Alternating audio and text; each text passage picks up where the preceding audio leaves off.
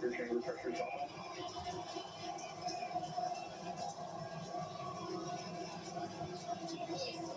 Seconds into the test flight of the inaugural Starship vehicle, tower clear to land a pitch over.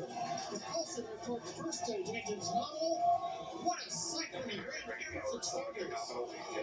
Flying at twice the thrust of the Saturn V heading to space.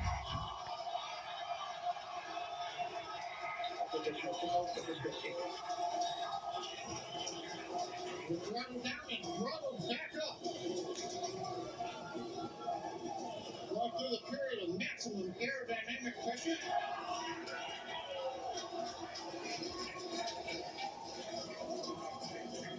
As the velocity increases, the density of the atmosphere is decreasing. Lessening stress on the vehicle. The call out, max speed down.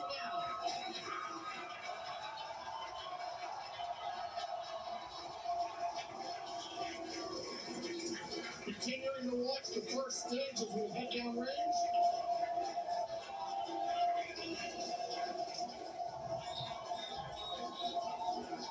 Seconds into flight.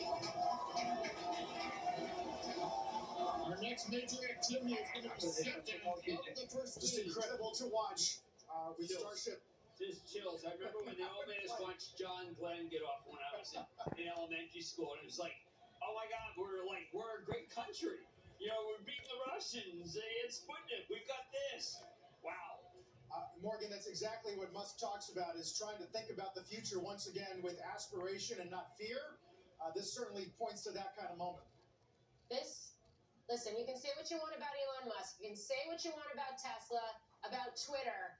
But when it comes to SpaceX and the space industry, and specifically this emerging, burgeoning, fast-growing commercial space sector, there's SpaceX and there's everyone else. And that is in evidence right now as we're watching this historic flights take place of Starship.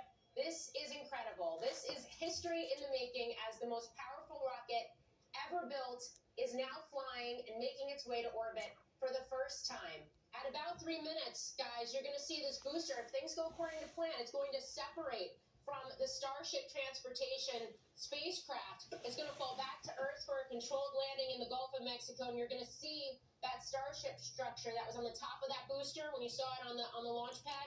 You're going to see it ignite its own engines. It's going to move deeper into space, and it's going to start pushing towards those orbital speeds in the second chapter of this test flight. So the whole thing's going to take about an hour and a half, right? Obviously no personnel on board. No. And there's no cargo this time. That's right. And all of this will lead to, in terms of the Artemis program, Morgan, of what in the next, say, 2 years? So there are going to be many, many tests after this one. As I noted before, this is a system that is designed to be reusable. They're not testing the reusability aspects on this flight. That is not part of this mission, but you're going to see those tests.